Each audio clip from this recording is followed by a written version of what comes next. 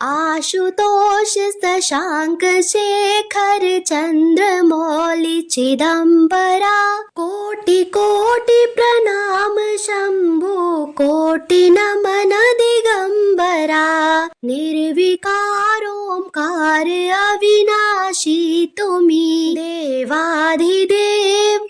जगत सर्जक प्रलय करता शिवम सत्यम सुंदरम। हर हर महादेव सनातनियों, आप सभी श्रोताओं को महाशिवरात्रि पर्व की ढेर सारी शुभकामनाएं। महादेव की कृपा सदा आप पर और आपके परिवारजनों पर बनी रहे। इस बार 26 फरवरी दिन बुधवार को महाशिवरात्रि का पर्व मनाया जाएगा और इस दिन भोलेनाथ की धूमधाम से विधि विधान के साथ माँ पार्वती संग पूजा अर्चना की जाएगी और रात्रि में जागरण किया जाएगा। और इसी के साथ 27 फरवरी गुरुवार को दिए गए शुभ मुहूर्त में महाशिवरात्रि व्रत का पारण किया जाएगा। इस दिन व्रत रखने वाले सभी भक्तों को व्रत की कथा अवश्य ही पढ़नी या सुननी चाहिए। तो आज के इस वीडियो में आपको सुनाएंगे महाशिवरात्रि व्रत की संपूर्ण कथा, जिसे आप सभी शिव भक्तों को बहुत ही प्रेम और सच्चे मन से पूरा जरूर सुनना चाहिए। तो आइए भगवान शिव पार्वती के चरणों का ध्यान करते हुए प्रसन्नचित मन और श्रद्धा भक्ति भाव से महाशिवरात्रि व्रत की कथा को सुनते हैं। प्रेम से बोलिए पार्वती पते महादेव की जय। वामदेव नाम से प्रसिद्ध एक महातपस्वी शिव योगी हुए हैं, जो सुख दुख आदि द्वंद्वों से रहित, निर्गुण, शांत, असंग, समदर्शी, आत्माराम, क्रोध को जीतने वाले तथा गृह और गृहिणी से हीन थे। सबके ऊपर दया करने में संलग्न रहते थे। वे महात्मा एक दिन स्वेच्छा अनुसार घूमते फिरते बड़े भयंकर क्रौंचारण्य में जा पहुंचे। उस नितांत निर्जन वन में कोई भूख प्यास से व्याकुल अत्यंत भयंकर ब्रह्म राक्षस रहा करता था। वामदेव जी को देखकर उन्हें खा जाने के लिए वह राक्षस बड़े वेग से उनकी ओर दौड़ा। उसे आते देखकर योगीश्वर वामदेव बिल्कुल भी विचलित नहीं हुए। उस घोर ब्रह्म राक्षस ने तेजी से दौड़कर उन्हें पकड़ लिया, लेकिन वामदेव जी के अंगों का स्पर्श होते ही उसकी सारी पाप राशि तुरंत ही नष्ट हो गई और उसे अपने पूर्व जन्म का स्मरण हो आया। जैसे चिंतामणि अर्थात स्पर्श मणि का स्पर्श करके लोहा भी सोना हो जाता है, जैसे जम्बू नदी में पड़ी हुई मिट्टी भी सोना हो जाती है, जैसे मानस सरोवर में आकर कौवे भी हंस हो जाते हैं, जिस प्रकार एक बार भी अमृत पी लेने से मनुष्य अजर अमर देवता हो जाते हैं, उसी प्रकार महात्मा पुरुष अपने दर्शन और स्पर्श आदि से पापियों को भी तत्काल पवित्र कर देते हैं। इसीलिए सत्संग दुर्लभ होता है। जो राक्षस पहले ही भूख प्यास से विकल होकर घोर रूप धारण करके वन में भटकता फिरता था, वही साधु के संपर्क मात्र से, उनके दर्शन मात्र से पूर्णानंदमय हो गया। उसने योगी के युगल चरणाविंदों में प्रणाम करके कहा, हे महायोगी, मुझ पर प्रसन्न होइए। हे करुणानिधे, प्रसन्न होइए। कहाँ सब प्राणियों को भय देने वाला मुझ जैसा पापी आत्मा, और कहाँ आप जैसे दयालु महात्मा का दर्शन। वामदेव जी बोले, भयानक राक्षस का रूप धारण करके इस वन में विचरने वाले तुम कौन हो और यहाँ किस लिए रहते हो? राक्षस कहने लगा, हे महात्मा, इससे 25वें जन्म पहले मैं पवन राष्ट्र का रक्षक हुआ करता था। उस समय मेरा नाम दुर्जय था। मैं बड़ा पापी और स्वेच्छाचारी था। हर दिन नई नई स्त्री का उपभोग करने की इच्छा रखता था। नित्य एक एक स्त्री को भोग कर छोड़ देता था और उसे घर के भीतर रखकर अन्य स्त्रियों का अपहरण करवाता था। मेरे द्वारा भोगी गई वे स्त्रियां घर के भीतर बंद रहकर दिन रात शोक में डूबी रहती थी। मेरे राज्य में जितने भी ब्राह्मण थे वे सब स्त्रियों सहित भाग गए। मैं सधवा, विधवा, कुमारी अथवा रजस्वला सभी तरह की स्त्रियों का हरण करके उनके साथ कुकर्म करता था।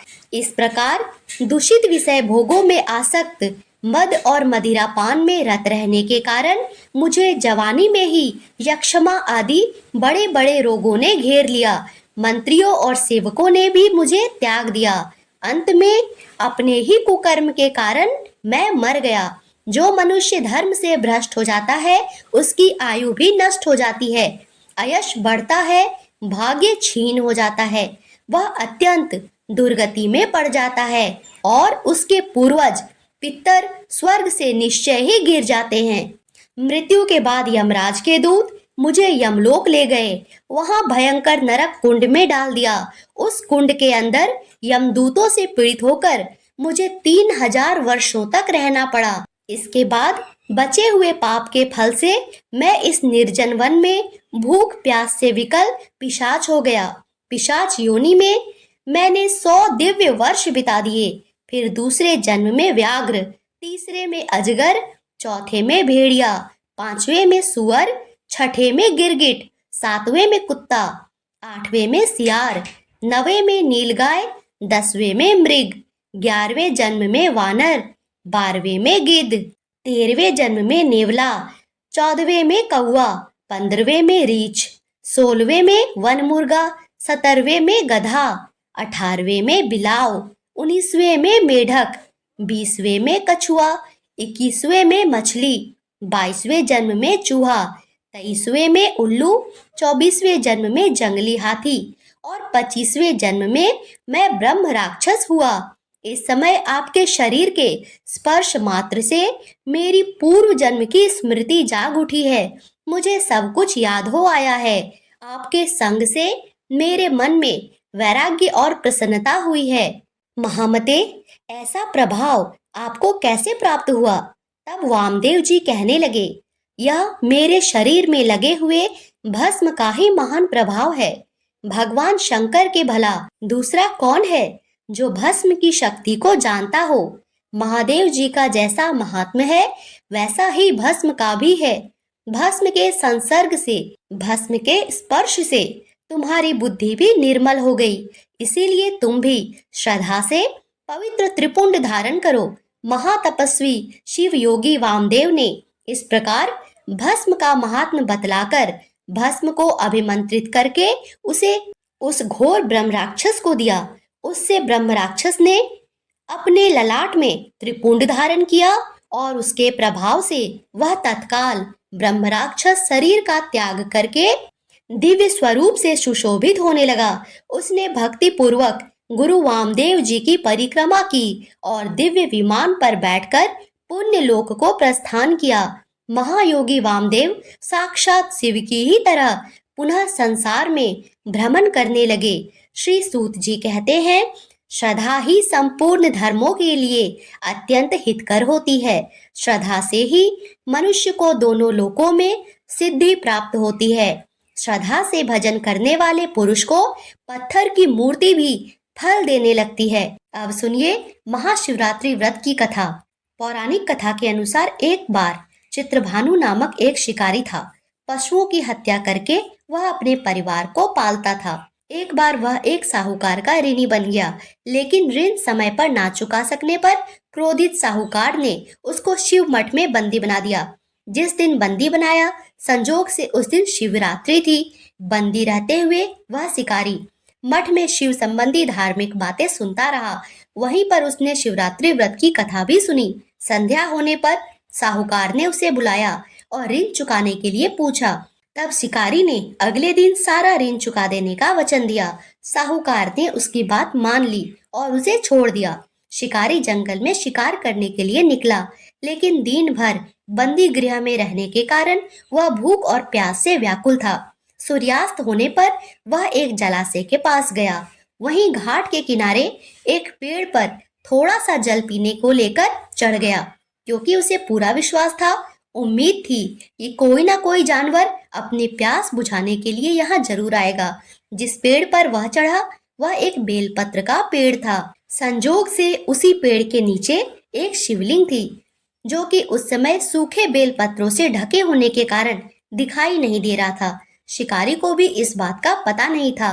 वह भूख और प्यास से थका हुआ तो था ही, उसी मचान पर बैठ गया। मचान बनाते समय उसने जो टहनियां तोड़ी वह संजोग से शिवलिंग पर जाकर गिर गई। इस प्रकार दिन भर भूखे प्यासे शिकारी का व्रत भी हो गया और शिवलिंग पर अनायास उससे बेलपत्र भी चढ़ गए। एक पहर रात बीत जाने पर एक गर्भिणी हिरनी तालाब पर पानी पीने पहुंची। शिकारी ने धनुष पर तीर चढ़ाकर जैसे ही उसकी प्रत्यंचा खींची, उसके हाथ के धक्के से कुछ पत्ते और थोड़े से जल की कुछ बूंदें भी नीचे शिवलिंग पर गिर गई और अनजाने में ही शिकारी के पहले पहर की पूजा हो गई। वह गर्भिणी हिरनी कहने लगी, हे शिकारी, मैं गर्भिणी हूँ, शीघ्र ही बच्चों को जन्म देने वाली हूँ। तुम एक साथ दो जीवों की हत्या करोगे तो बिल्कुल भी ठीक नहीं है। मैं बच्चे को जन्म देकर जल्दी ही तुम्हारे सामने आऊंगी, तब तुम मुझे मार लेना। यह सुनकर शिकारी को उस पर दया आ गई और उसने अपने धनुष की प्रत्यंचा ढीली कर दी। देखते ही देखते वह हिरनी जंगली झाड़ियों में गायब हो गई। कुछ ही देर बाद एक और हिरनी उधर से आ निकली। शिकारी की प्रसन्नता का ठिकाना नहीं रहा। उसने फिर से धनुष पर अपना बाण चढ़ाया। कुछ बेलपत्र फिर से नीचे शिवलिंग पर जा गिरे और अनायास ही शिकारी के दूसरे पहर की पूजा भी संपन्न हो गई। तब उसे देखकर वह हिरनी विनम्रता पूर्वक निवेदन करने लगी, हे शिकारी, मैं थोड़ी देर पहले ऋतुकाल से निवृत्त हुई हूँ और कामातुर गृहिणी हूँ। अपने प्रिय की खोज में भटक रही हूँ। मैं अपने पति से मिलकर जल्दी ही तुम्हारे पास आ जाऊंगी। कृपया तुम मेरा विश्वास करो, तब तुम मुझे मार लेना। शिकारी को उस पर भी दया आ गई और उसने जल्दी आना ऐसा कहकर उसे जाने दिया। 2 बार शिकार खोकर अब वह शिकारी चिंता में पड़ गया। इस प्रकार रात का आखिरी पहर बीत रहा था। तभी एक दूसरी हिरनी अपने बच्चों के साथ उधर से निकली। जैसे ही वह अपने बच्चों के साथ घाट पर पानी पीने के लिए आई कि शिकारी ने फिर से अपने धनुष पर तीर चढ़ा लिया। अब वह तीर चढ़ाकर छोड़ने ही वाला था कि फिर से तीर के खींचने से कुछ पत्ते और जल की कुछ बूंदें शिवलिंग पर गिर गई। उधर शिकारी को धनुष की प्रत्यंचा खींचा हुआ देखकर वह हिरनी बोल उठी, रुको रुको रुको, मुझे मत मारो। मैं इन बच्चों को इनके पिता के हवाले करके लौट आऊंगी। कृपया मेरा विश्वास करो, इस समय मुझे मत मारो, नहीं तो यह बच्चे अनाथ हो जाएंगे और कोई और इनका शिकार कर जाएगा। शिकारी हंसने लगा और कहने लगा, सामने आए शिकार को छोड़ दूं, मैं ऐसा मूर्ख नहीं हूँ। इससे पहले भी मैं 2 बार अपना शिकार खो चुका हूँ। मेरे बच्चे भी तो भूख प्यास से तड़प रहे होंगे। उसके उत्तर में हिरनी कहने लगी, जैसे तुम्हें अपने बच्चों की ममता सता रही है, ठीक वैसे ही मुझे भी अपने बच्चों की फिक्र है। इसलिए सिर्फ इन बच्चों के नाम पर ही मैं तुमसे थोड़ी देर के लिए अपना जीवन दान मांग रही हूँ। कृपया मेरा विश्वास करो, मैं इन्हें इनके पिता के पास छोड़कर जल्दी ही वापस आ जाऊंगी। हिरनी का दीन स्वर सुनकर शिकारी को उस पर दया आ गई और उससे भी जल्दी आना ऐसा कहकर उसे भी छोड़ दिया। इधर शिकार के अभाव में बेल वृक्ष पर बैठा शिकारी क्रोध में आकर बेलपत्र तोड़ तोड़कर नीचे फेंकता जा रहा था और अनजाने में उसने तीसरे पहर की पूजा भी स्वतः ही संपन्न कर ली। अब तो सुबह होने को आई। एक हिस्ट पुष्ट हिरन उसी रास्ते पर आया। अब तो शिकारी ने सोच लिया, इसका शिकार मैं अवश्य करूंगा, उसे किसी भी प्रकार जाने नहीं दूंगा। इधर शिकारी की तनी प्रत्यंचा देखकर वह हिरन समझ गया, यह शिकारी मुझे जरूर मार डालेगा। फिर भी उसने विनती करते हुए कहा, भाई, अगर तुमने मुझसे पहले आने वाली 3 हिरनी और उनके साथ छोटे छोटे बच्चों को भी मार डाला है, तब तुम मुझे मारने में बिल्कुल देर मत करो, क्योंकि मुझे उनके वियोग में एक क्षण भी दुख ना सहना पड़े। मैं उसी हिरनी का पति हूँ और अगर तुमने उन्हें जीवन दान दिया है तो मुझे भी कुछ क्षण का जीवन दान देने की कृपा करो।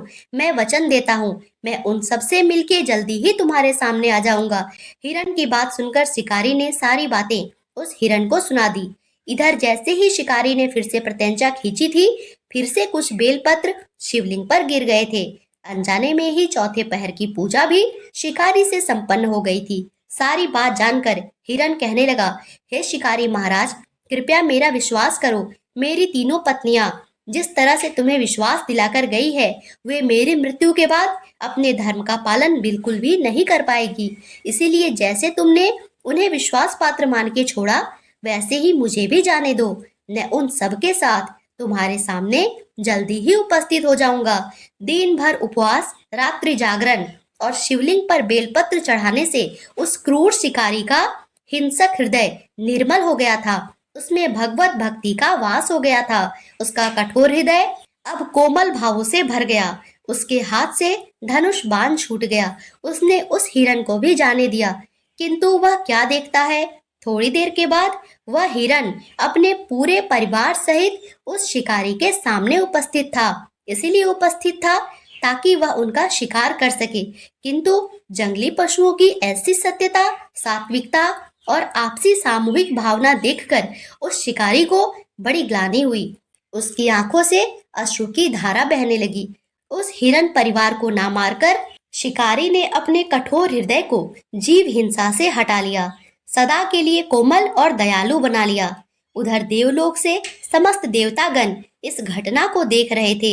उसके ऐसा करने पर भगवान शंकर ने प्रसन्न होकर तत्काल ही उसे अपने दिव्य स्वरूप का दर्शन कराया और सुख और समृद्धि का आशीर्वाद देकर गुह नाम प्रदान किया। यह वही गुह था जिसके साथ भगवान श्री राम ने मित्रता की थी। इस प्रकार भक्तजनों, महाशिवरात्रि पूजन की पौराणिक व्रत कथा समाप्त हुई।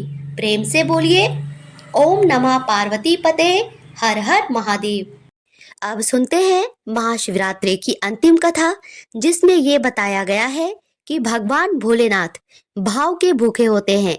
इसी वजह से उन्हें देवों का भी देव कहा जाता है।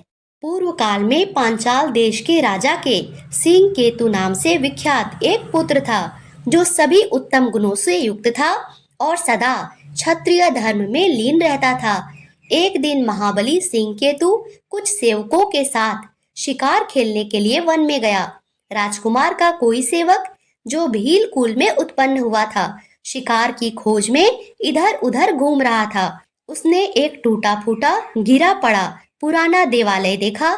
उसमें चबूतरे पर एक शिवलिंग पड़ा हुआ था, जो कि पीठ से टूटकर अलग हो गया था। वह शिवलिंग सीधा और सूक्ष्म था। सबर अर्थात भील ने उसे मूर्तिमान सौभाग्य की तरह देखा। पूर्व कर्म से प्रेरित होकर उसने उस शिवलिंग को बड़ी तेजी से उठा लिया और बुद्धिमान राजपुत्र को दिखाया। प्रभु देखिए, यह कैसा सुंदर शिवलिंग है। मैंने इसे यहीं देखा है। मैं आदर पूर्वक इसकी पूजा करूं। बस आप मुझे यह आज्ञा दीजिए और पूजा की विधि बता दीजिए, जिससे मंत्र ना जानने वाले मुझ जैसे पुरुषों के द्वारा भी की गई पूजा से भगवान शिव प्रसन्न हो जाएं।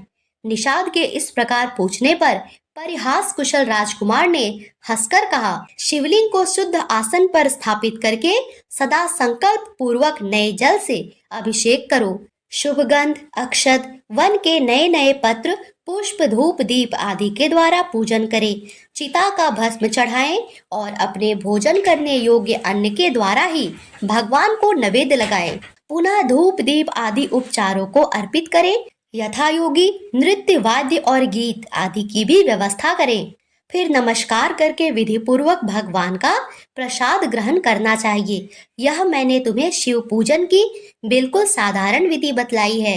अपने स्वामी के इस प्रकार उपदेश देने पर चंक नाम वाले उस शबर ने उसे सादर शिरोधार्य किया और महेश्वर का हर दिन पूजन करना शुरू कर दिया। वह प्रतिदिन चिता भस्म का उपहार भेंट किया करता था। अपने लिए खुद जो जो प्रिय वस्तुएं थी, वह सब भगवान को अर्पित करता था। इसी के साथ गंध, पुष्प, अक्षत आदि पहले भगवान शिव को निवेदित करता और उसके बाद वह प्रसाद स्वरूप स्वयं भी ग्रहण करता था। इस प्रकार वह अपनी पत्नी के साथ भक्ति पूर्वक महेश्वर की पूजा में संलग्न रहा। इस आराधना में उसे कई वर्ष बीत गए। एक दिन जब वह शबर शिव पूजा के लिए बैठा, तब देखता है कि पात्र में चिता का भस्म बिल्कुल भी नहीं बचा है। तब वह तुरंत उठकर दूर दूर तक चिता की भस्म ढूंढता हुआ घूम आया, किंतु कहीं भी उसे चिता की भस्म नहीं मिली। आखिरकार वह थक हार कर अपने घर लौट आया और अपनी पत्नी को बुलाकर कहा, प्रिय, चिता की भस्म तो मुझे नहीं मिली। बताओ अब मैं क्या करूं? आज मुझ पापी के शिव पूजन में विघ्न पड़ गया। मैं क्षण भर भी जीवित नहीं रह सकता। अपने पति को इस प्रकार व्याकुल देखकर शबर की पत्नी कहने लगी, नाथ डरिए मत, मैं एक उपाय बताती हूँ। यह अपना घर बहुत दिनों का पुराना हो गया है। मैं इसमें आग लगाकर उस अग्नि में प्रवेश कर जाऊंगी। इससे आपके लिए बहुत सी चिता भस्म तैयार हो जाएगी। यह सुनकर शबर बोला, प्रिया, यह मानव शरीर ही धर्म, अर्थ, काम और मोक्ष का सबसे श्रेष्ठ साधन है। नव यौवन संपन्न सुखोचित शरीर को भला तुम क्यों त्याग रही हो? तब उसकी पत्नी कहने लगी, नाथ, जीवन की सफलता इसी में है कि दूसरों के हित के लिए अपने प्राणों का त्याग किया जाए। फिर साक्षात शिवजी के लिए जो स्वयं अपने प्राणों का त्याग करे, उसके लिए तो कहना ही क्या है। मैंने कौन सी घोर तपस्या की है जिससे भगवान शिव की प्रीति के लिए प्रज्वलित अग्नि में मैं अपने शरीर का त्याग करती हूँ। अपनी पत्नी को इस प्रकार स्थिर बुद्धि और शुभ भक्ति देखकर दृढ़ संकल्प वाले शबर ने तथास्तु कहकर उसकी प्रशंसा की। शबरी ने अपने पति की आज्ञा मानकर स्नान से पवित्र होकर अलंकार धारण किया और अपने घर में आग लगाकर अग्नि देव की भक्ति पूर्वक परिक्रमा करके अपने पति देव गुरु को नमस्कार कर और हृदय में भगवान भोलेनाथ का ध्यान करके अग्नि में प्रवेश करने के लिए तत्पर होकर हाथ जोड़कर इस प्रकार स्तुति की, हे देव, मेरी इंद्रियां आपकी पूजा के लिए पुष्प हो, यह शरीर धूप और अगर हो, हृदय दीपक हो, प्राण भविष्य का काम करे और कामेंद्रियां आपके लिए अक्षत हो जाए। इस समय हे नाथ, यह जीव आपकी पूजा के फल को प्राप्त हो। मैं धनापति कुबेर का पद नहीं चाहती, अविचल स्वर्ग भूमि की भी इच्छा नहीं रखती और ब्रह्मा जी के पद की भी इच्छा नहीं रखती। मैं तो हे प्रभु बस यही चाहती हूँ कि अगर फिर इस संसार में कभी मेरा जन्म हो तो मैं हर जन्म में आपके चरणाविंद के सुंदर मकरंद का पान करने वाली भ्रमरी हो जाऊं। मेरे देवता, भले ही मेरे सैकड़ों जन्म हो, परंतु अज्ञान की हेतु भूत माया मेरे मन में कभी प्रवेश ना करे। किंचित आधे क्षण के लिए भी मेरा हृदय आपके चरण कमलों से अलग ना हो। हे महेश्वर, आपको नमस्कार है, आपको नमस्कार है। इस प्रकार देवेश्वर भगवान शिव को प्रसन्न करके दृढ़ निश्चय वाली शबरी जलती हुई अग्नि में प्रवेश कर गई और क्षण भर में जलकर भस्म हो गई। फिर शबर ने उस भस्म को लेकर जले हुए घर के पास ही भगवान शिव का पूजन किया। पूजन के अंत में उसने प्रसाद लेने को नित्य आने वाली अपनी प्रियतमा का भी ध्यान किया। ध्यान करते ही वह तो पहले की तरह हाथ जोड़कर उसके सामने खड़ी दिखाई दी। पत्नी को देखकर और जलकर भस्म हुए घर को भी पहले की तरह स्थित पाकर अब शबर आश्चर्यचकित होकर सोचने लगा, अहो, अग्नि तो अपने तेज से वस्तु को जलाती है, सूर्य केवल किरणों से तपा है, राजा अपने दंड के द्वारा अपराधी को दग्ध करता है, ब्राह्मण मन से जला डालता है। मेरी पत्नी तो प्रत्यक्ष अग्नि में ही जल गई थी, फिर भला यह जीवित कैसे हो गई? पता नहीं यह स्वप्न है या फिर भ्रम में डालने वाली कोई माया है। इस प्रकार विचार करते हुए शबर ने अपनी पत्नी से पूछा, प्रिया, तुम तो अग्नि में जलकर भस्म हो गई, फिर यहाँ कैसे आ गई? और यह जला हुआ घर भी पहले की भांति खड़ा है, यह कैसे हो रहा है? तब उसकी पत्नी कहने लगी, जब मैं घर में आग लगाकर उसके अंदर प्रविष्ट हुई, तब से अपने आप की मुझे कोई सुधि नहीं रही। ना तो मैंने आग देखी, ना लेश मात्र भी ताप का अनुभव किया। ऐसा लग रहा था मानो मैं जल में घुसी हूँ। मैं आधे क्षण तक गहरी निद्रा में सोई रही और क्षण भर में जाग उठी हूँ। उठते ही मैंने देखा अपना घर तो जला हुआ ही नहीं है, पहले की तरह सुव्यवस्थित और अपने ही जगह पर है। इस प्रकार भगवान की पूजा के अंत में मैं तो हर दिन की तरह प्रसाद लेने के लिए आपके पास आई हूँ। इस प्रकार वे दोनों दंपति प्रेम पूर्वक आपस में वार्तालाप कर ही रहे थे कि इतने में ही उनके आगे परम अद्भुत दिव्य विमान प्रकट हुआ। उस पर भगवान शंकर के 4 सेवक आगे की ओर बैठे थे। उन्होंने दोनों निषाद दंपति का हाथ पकड़कर उन्हें विमान पर बिठा लिया। शबर और शबरी को अपने शरीर का त्याग भी नहीं करना पड़ा। शिवदूतों के हाथों का स्पर्श मात्र से निषाद दंपति के शरीर तत्काल उन्हीं के समान दिव्य हो गए। इसीलिए समस्त पुण्य कर्मों में श्रद्धा ही करनी चाहिए। क्योंकि शबर ने नीच होकर भी श्रद्धा के बल से ही योगियों की भांति भगवान शिव का सानिध्य पाया। जिसके मन में सदा भगवान शिव की भक्ति बनी रहती है, उससे बढ़कर तीनों लोकों में कौन पुरुष धन्य है। प्रेम से बोलिए भगवान भोलेनाथ की जय।